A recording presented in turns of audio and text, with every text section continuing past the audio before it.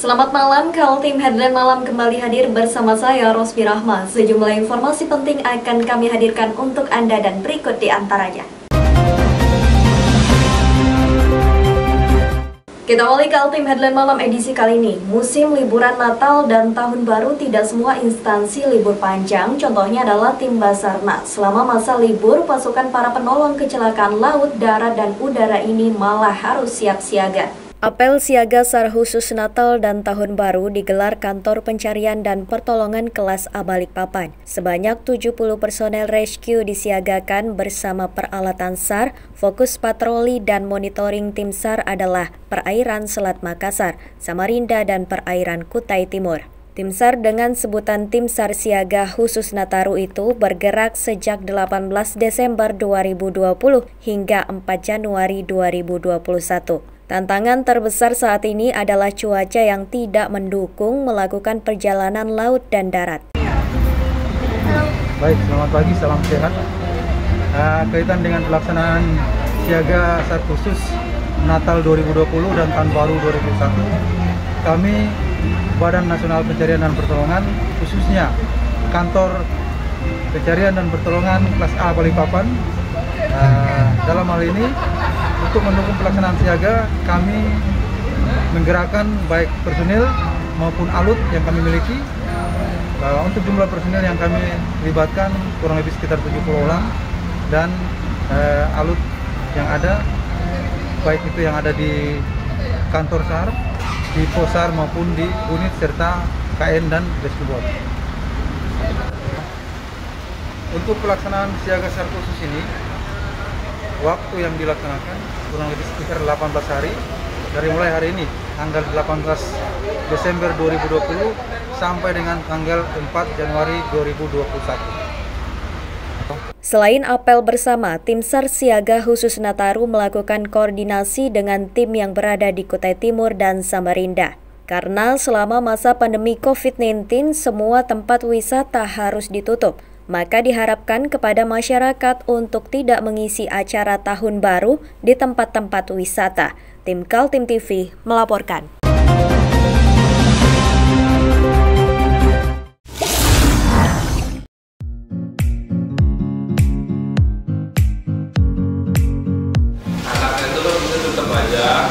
Cara mudah beriklan digital di Kaltim TV.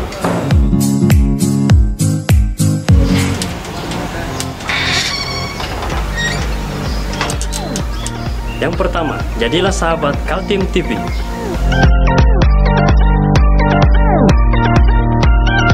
Dengan Rp1.000.000, para sahabat mendapat 20 kali tayang di slot berita kamu.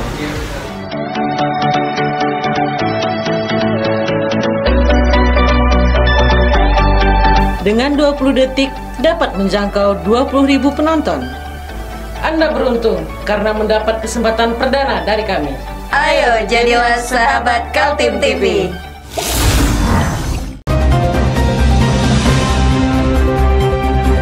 Tutup tahun 2020, Musyawarah Wilayah Partai Amanat Nasional Kalimantan berhasil menetapkan seorang nahkoda baru untuk memimpin partai 5 tahun ke depan.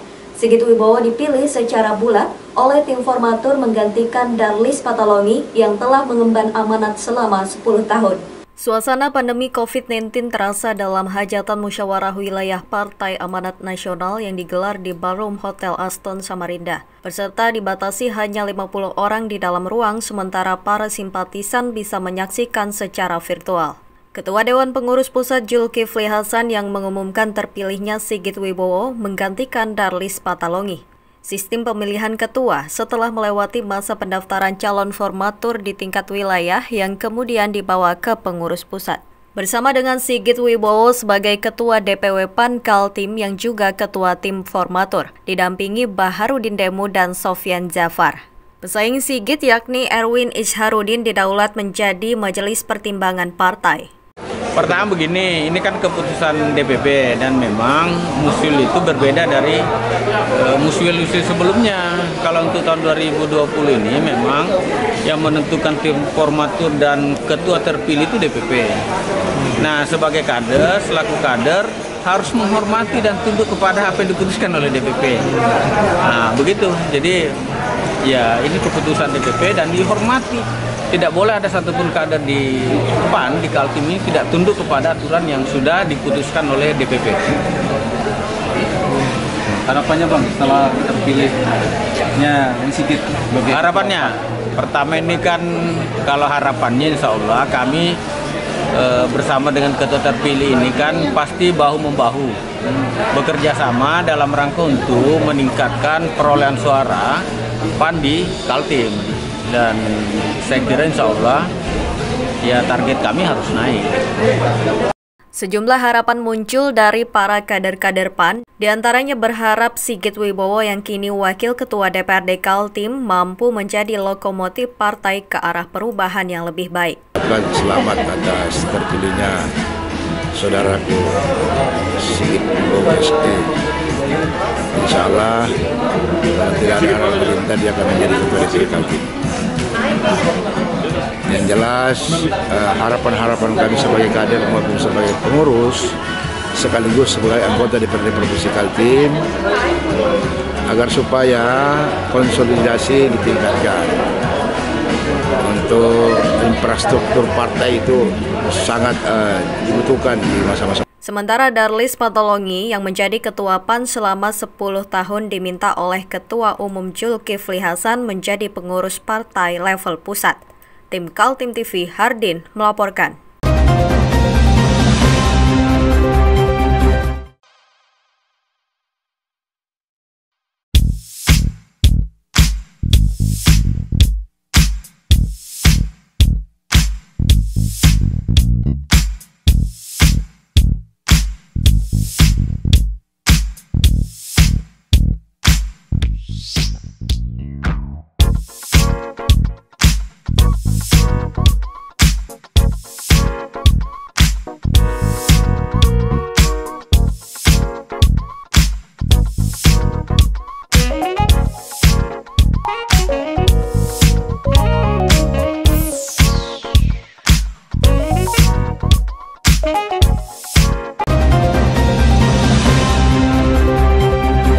Inilah kondisi Kalimantan Timur selama 9 bulan dilanda pandemi COVID-19. Meski tempat-tempat perbelanjaan masih terlihat ramai, sesungguhnya pertumbuhan ekonomi di seluruh kabupaten dan kota Kalimantan Timur mengalami pelemahan. Data dari Badan Pusat Statistik menyebutkan Kaltim pada triwulan ketiga 2020 mencatatkan pertumbuhan ekonomi sebesar 2,39%. Kondisi ini masih baik dibanding situasi nasional yang mengalami minus sehingga masuk ke resesi ekonomi. Pandemi COVID-19 telah membuat semua sektor usaha terpuruk, kecuali usaha di bidang kesehatan dan komunikasi yang naik, sedangkan pengusaha lain sampai harus menutup usahanya karena tidak sanggup membayar gaji karyawan. Pedagang di pasar ikut terpukul. Mereka berjualan agar usahanya tidak sampai mati, karena kalau sampai tutup akan sulit untuk bangkit kembali. Sejak Maret pertama kali diumumkan ada pasien virus corona di Kaltim, usaha-usaha mereka langsung terjun bebas. Begitulah situasi yang terjadi. Pemerintah pusat hingga provinsi dan kabupaten kota harus berjuang keras keluar dari kemelut ekonomi yang terpuruk. Ditambah lagi munculnya pemotongan anggaran dari pemerintah pusat, sehingga Pemprov Kaltim dan kabupaten kota juga harus merefocusing anggarannya bahkan sampai 40%. APBD Kaltim tahun 2020 yang semula dicanangkan dalam peraturan daerah sebesar 12,29 triliun, akhirnya meleset tersisa menjadi 10,38 triliun. Ini masih dalam situasi yang baik sehingga walau ada pandemi COVID-19, masih banyak ditemui proyek-proyek pembangunan berjalan. Tim Kaltim TV melaporkan.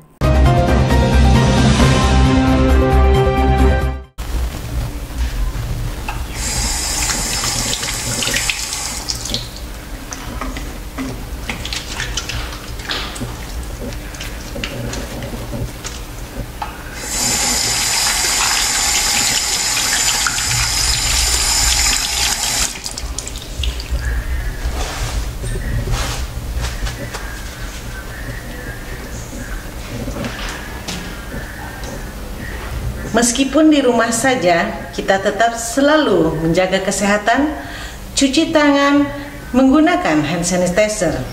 Ingat, mulailah dari diri sendiri.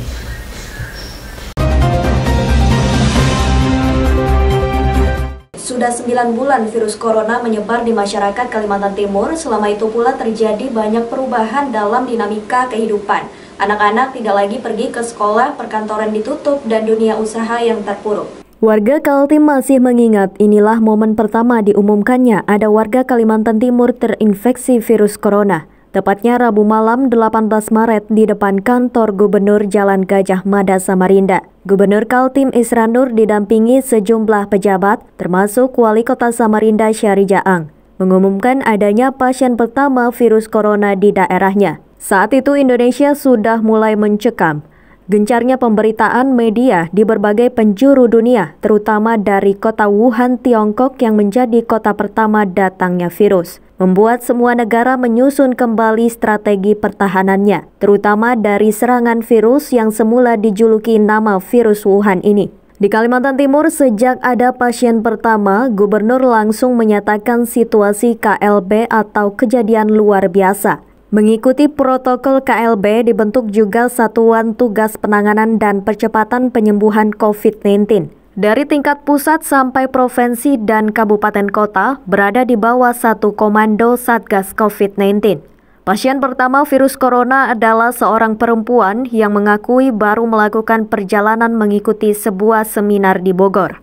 Setelah pulang ke Samarinda, dia menerima kabar rekannya peserta seminar dari Solo meninggal dunia karena terinfeksi virus corona. Akhirnya semua peserta seminar di tracing dan satu di antaranya di kota Samarinda dinyatakan positif. Kabar itu sangat mengejutkan sekaligus mengguncang warga Kaltim karena ancaman tertular sudah dekat di lingkungan kita.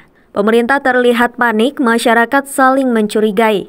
Antara kabupaten dan kota saling menutup daerahnya, bahkan antar kampung tingkat rukun tetangga. Pemprov Kaltim juga berjuang keras mengabarkan berita-berita update penanganan virus corona. Setiap sore setelah secara nasional diumumkan perkembangan virus corona secara nasional di kota Samarinda, melalui juru bicara Satgas Virus Corona Kaltim, diumumkan beberapa pertambahan pasien positif, pasien sembuh hingga pasien meninggal dunia.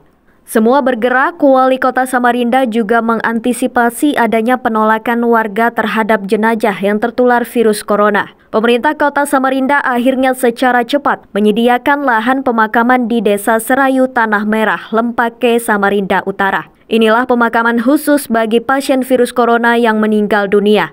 9 bulan berlalu, kini total yang tercatat terinfeksi virus corona di Kalimantan Timur sampai 28 Desember 2020 ada 26.078 orang dengan jumlah pasien positif yang sembuh 21.974 orang. Jumlah pasien positif meninggal dunia 727 orang dan kasus aktif masih 3.377 pasien. Tim Kaltim TV melaporkan.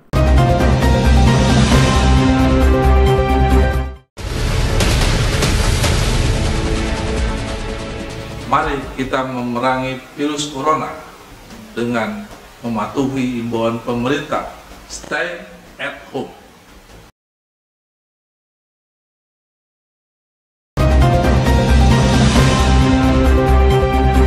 Sejumlah harapan muncul agar Partai Amanat Nasional Kalimantan Timur di bawah Nahkoda Baru Sigit Wibowo membawa arah baru pada masa jabatan 5 tahun ke depan. Agenda-agenda politik menuju pemilu 2024 dipersiapkan, terutama menyiapkan infrastruktur partai hingga tingkat RT. Musyawarah Wilayah DPW PAN Kaltim sudah selesai digelar setelah 4 formatur ditambah 1 unsur DPP PAN mengadakan rapat. Akhirnya salah satu anggota formatur, Sigit Wibowo, terpilih menahkodai partai berlambang matahari terbit itu. Sigit Wibowo kelahiran Balikpapan 4 September 1977. Aktivis yang lama berkecimpung di non-government organization itu saat ini duduk menjadi wakil ketua DPRD Kaltim dari daerah pemilihan Balikpapan. Ya tentu saja kami berharap pengurus baru bisa senantiasa meningkatkan solidaritasnya sesama kader, kemudian kepeduliannya kepada masyarakat sebagaimana apa yang disampaikan oleh Ketua Umum tadi, agar teman-teman menempatkan bahwa berpolitik itu adalah untuk kegiatan sosial kemasyarakatan. Jadi mudah-mudahan itu dipegang teguh sehingga semua kader bisa berpolitik melalui Partai Amanat Nasional dengan baik, tanpa melupakan amanah masyarakat, amanah rakyat gitu ya. Baik yang duduk di legislatif maupun yang menjadi pengurus partai di semua tingkatan. Partai Amanat Nasional menempatkan 5 wakilnya di DPRD Kaltim sehingga berhak atas 1 kursi pimpinan. Partai ini pernah juga berjaya mengirim wakilnya ke DPR RI yakni Muhammad Yasin Kara pada periode tahun 2004 hingga 2009. Sigit Wibowo diharapkan mampu mengulang sukses menempatkan wakil PAN pada pemilu 2024. Dengan terpilihnya Pak Sigit ini harapannya seperti apa? Yang pertama ya kita ucapkan selamat atas terpilihnya saudaraku Sigit OSD. Insya Allah kalau tidak ada arah pemerintah dia akan menjadi ketua DPRD Kaltim. Yang jelas harapan-harapan kami sebagai kader maupun sebagai pengurus sekaligus sebagai anggota DPRD Provinsi Kaltim agar supaya konsolidasi ditingkatkan. Untuk infrastruktur partai itu sangat dibutuhkan di masa-masa mendatang. Harap agar supaya itu pertama konsolidasi. Dia ketua terpilih ini harus lebih banyak turun ke lapangan, melihat perkembangan apa yang terjadi. Tim Kaltim TV melaporkan.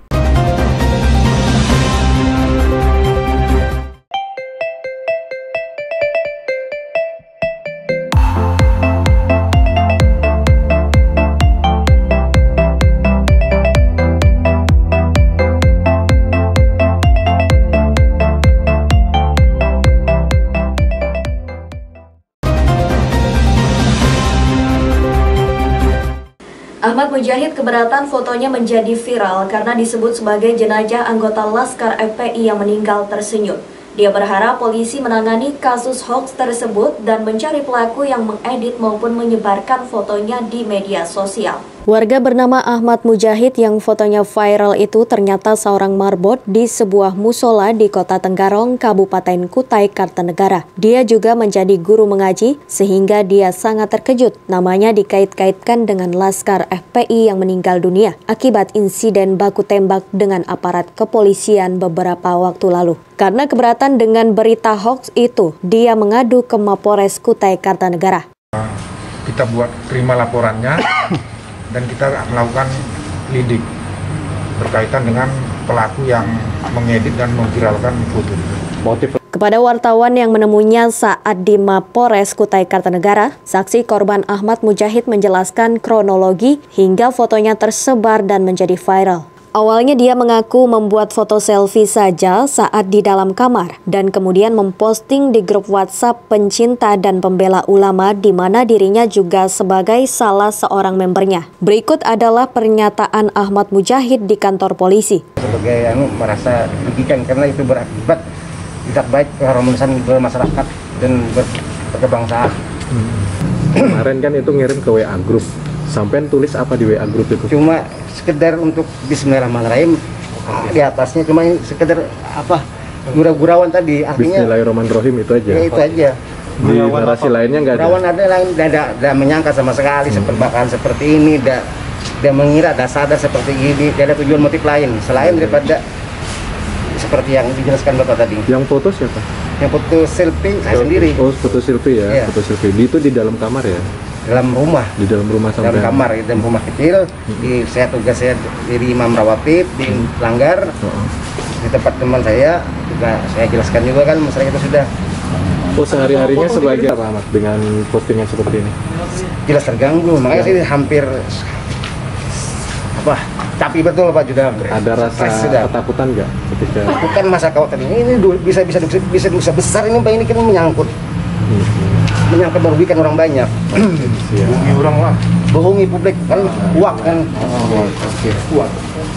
Kapolres Kukar mengakui kasus ini sedang ditangani berkoordinasi dengan Bareskrim Polri di Jakarta. Tim Kaltim TV, Hardin melaporkan.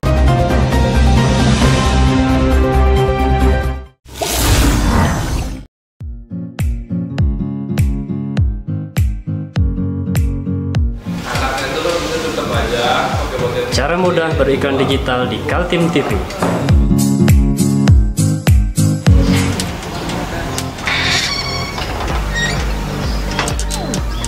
Yang pertama, jadilah sahabat Kaltim TV.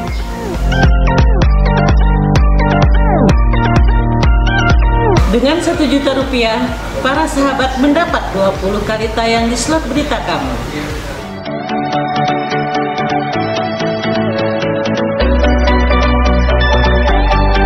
Dengan 20 detik dapat menjangkau 20.000 penonton. Anda beruntung karena mendapat kesempatan perdana dari kami. Ayo jadilah sahabat Kaltim TV.